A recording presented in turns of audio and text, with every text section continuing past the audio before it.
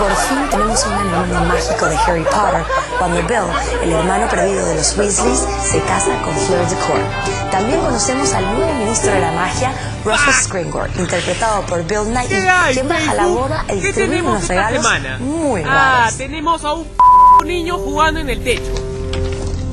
Y esta es una tabla de espera. Sí me gusta correr tabla y todo, pero no se supone que debería ser. My name is Rufus Scrimgeour, and I am a minister of magic, so I'm quite an important person.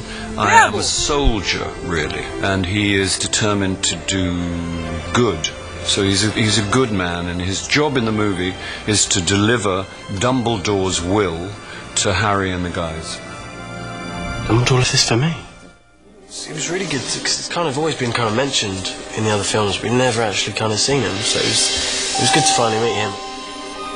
They have a wedding, they get married, and kind of all the Weasleys get together in a big kind of marquee, and we meet all the kind of distant Weasley relatives, and it was really quite a good fun scene, yeah. For me, like, the wedding scene is really beautiful, like an incredible set.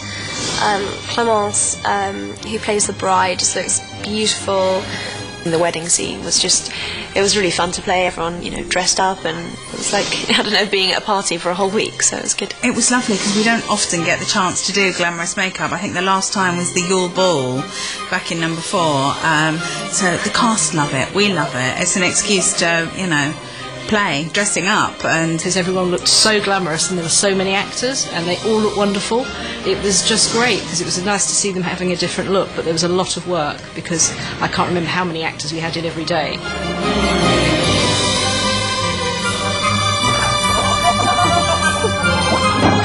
I'm told he's been thoroughly unriddled by Rita Skeeter in 800. ¡Au! Sin revelar demasiado, les puedo decir que la boda degenera en un caos. Y que Harry, Hermione y Ron tienen que huir, pero pronto descubren que no hay refugio seguro. Harry's left the school to go in search of the Horcruxes to defeat Voldemort. Expect an epic kind of roller coaster of action scenes.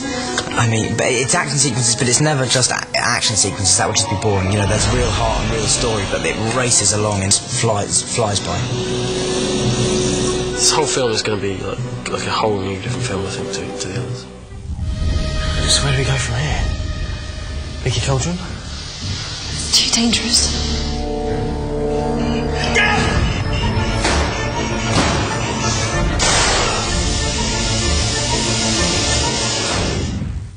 Parece que Voldemort y los mortífagos están en control y da la impresión de que los malos se divierten más. Al menos son los que tienen los trajes más estrafalarios. A ver, ¿qué define a un mortífago? ¿Su amor por el color negro o la manía por los tatuajes? So I'm getting a dark mark right now. Yes, you are. You're going to become a Death Eater.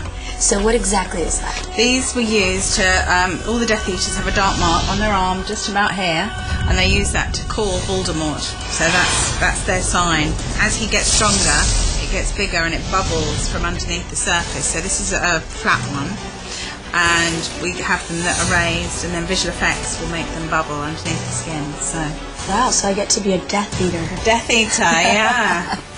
You thought you were going to be a goodie. Yeah.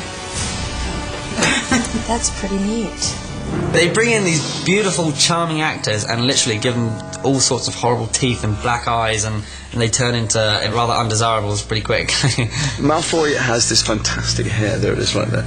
And I came up with that originally because they had some sketches of him short hair and a pinstripe suit. And I thought, God, I'm really going to get to play a wizard once in my life and look at all these people, these fabulous outfits. And so I went and I begged them to dress like an old-time wizard, because I said Malfoy would not, you know, didn't believe in muggles and he wouldn't really be interested in the modern world.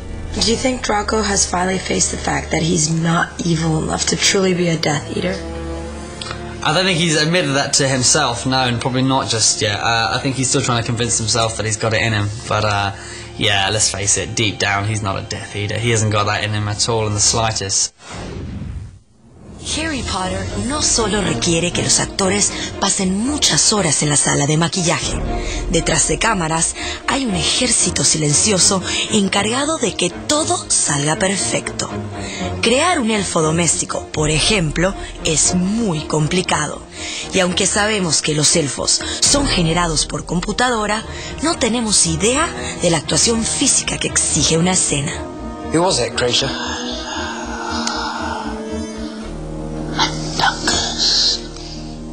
Mundungus fracture. We actually did, I think, 3 different stages of makeup before we were happy. We even shot on one and then decided to change it. Just little details, you know, changing a line here, raising a bit of the sculpt there.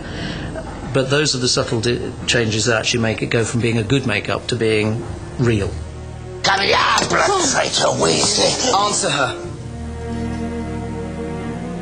Yes. We had actors as reference in previous movies, but I really wanted, with Creature in particular, and one with Dobby, so we got 2 wonderful actors, Toby Jones and Simon McBurney, and basically they'd be on set, and they would do the whole scene with them. That's Master Regulus's locket. All the creatures, even if they end up as digital creations, we sculpt them.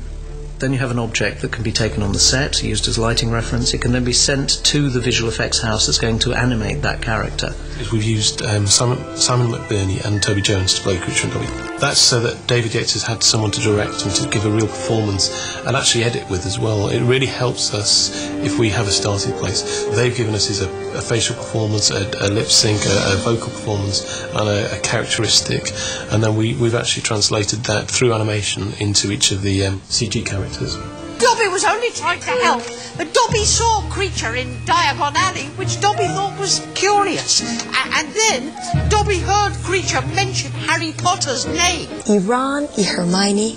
¿Qué va a pasar con ellos? Regresamos con más del especial Harry Potter y las Reliquias de la Muerte, parte 1, Detrás de la magia, solo por Warner.